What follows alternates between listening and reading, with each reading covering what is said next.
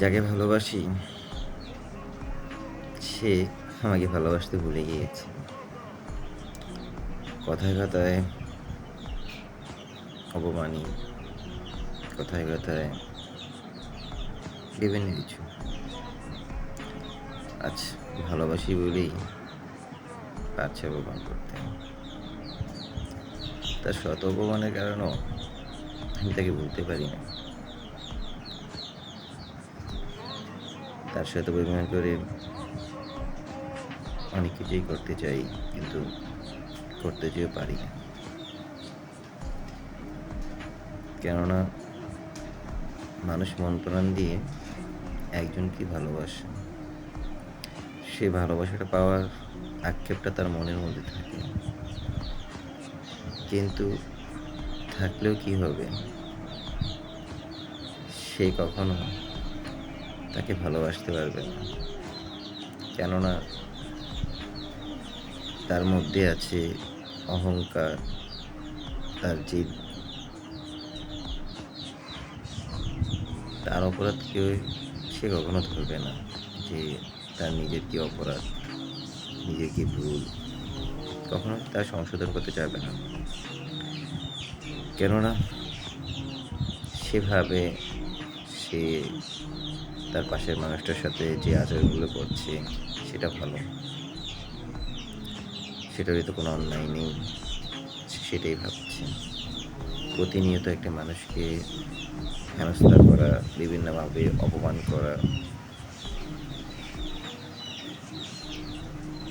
কখনো পাশের মানুষটা সেই কামনা করে না।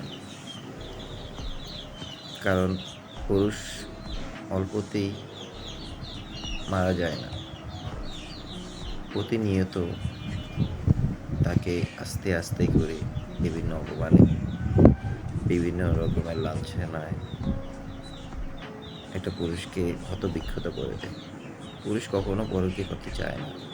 একটি নারী যখন তাকে বিভিন্নভাবে অবহেলা করতে থাকে, তখন একটি পুরুষ বাধ্য হয় পরকীয়া করতে।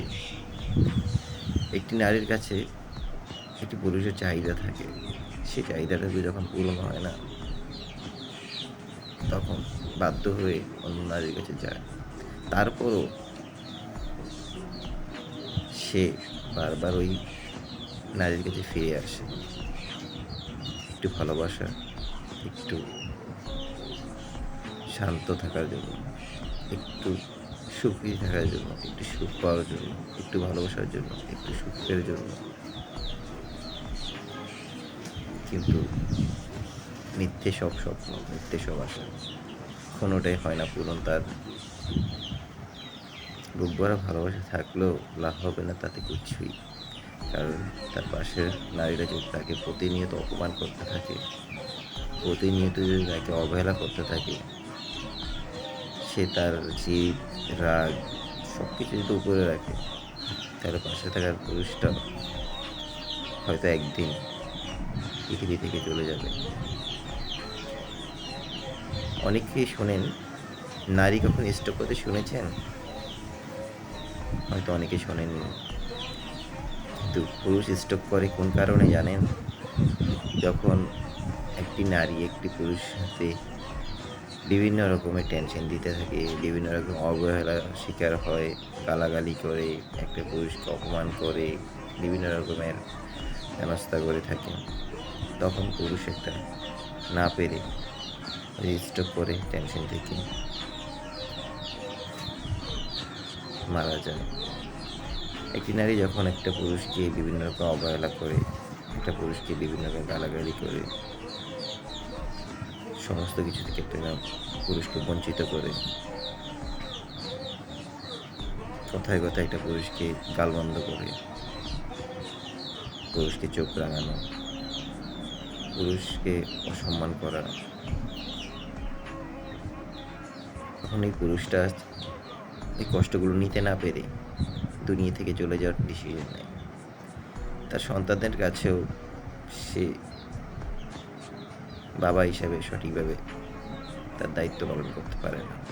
চেষ্টা করে যাতে তার পরিবারটাকে, তার কাছের মানুষগুলোকে সুখে রাখার জন্য সে শত অপমান সহ্য করেও কি তাদেরকে ভালো রাখার জন্য প্রতিনিয়ত পরিশ্রম করে যায়। তারপরও বাসায় এসে কিন্তু সে সুখের সন্ধানটা খুঁজে পায় না। কেননা মানুষের জীবনে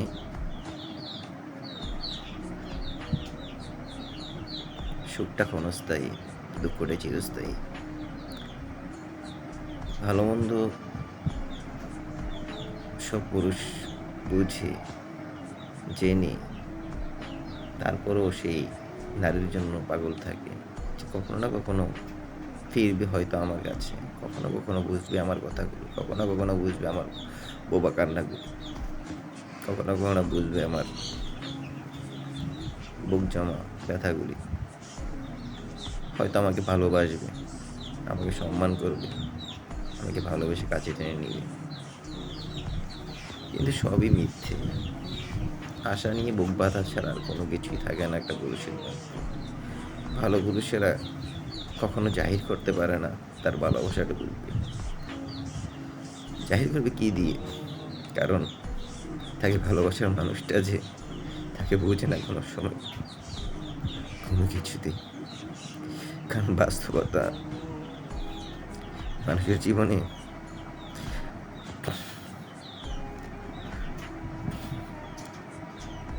কষ্ট ছাড়া আর কিছুই নেই।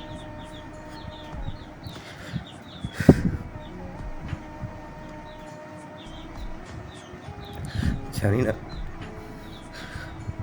আমার কি অপরাধ ছিল, শুধু চেয়েছিলাম একটু সুখ, শান্তি, একটু ভালোবাসা।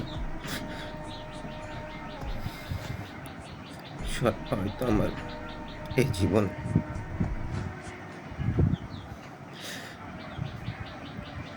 এটা হয়তো আর পাওয়া হবে না।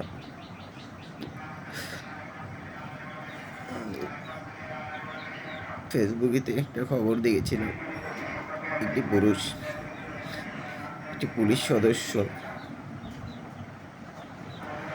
তার দুঃখ সহ্য না করতে পেরে, তার বউয়ের অপমান, অত্যাচার, লাঞ্ছনা ভোগ করে আর সহ্য না করতে পেরে সে আত্মহত্যা করে ফেলে।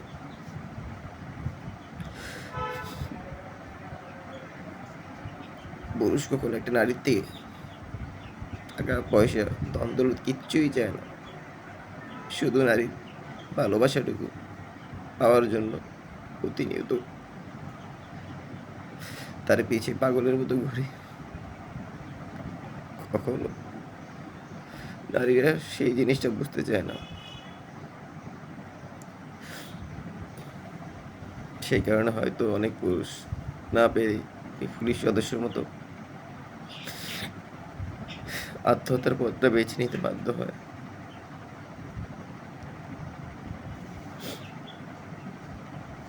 তাই সুখে থাকো,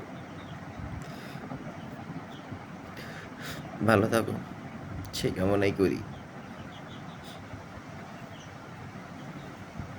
আর কিছু বলার মতো ভাষা নেই, শুধু এতটুকুই বলবো, যতদিন বেঁচে আছি ভালোবেসে যাব নীরবে, কখনো নিজের কষ্টকে জানান দিয়ে আর নয়। ভালো থাকো, সুখে থাকো, সেই কামনাই করি, আর কোনো কিছু নয়।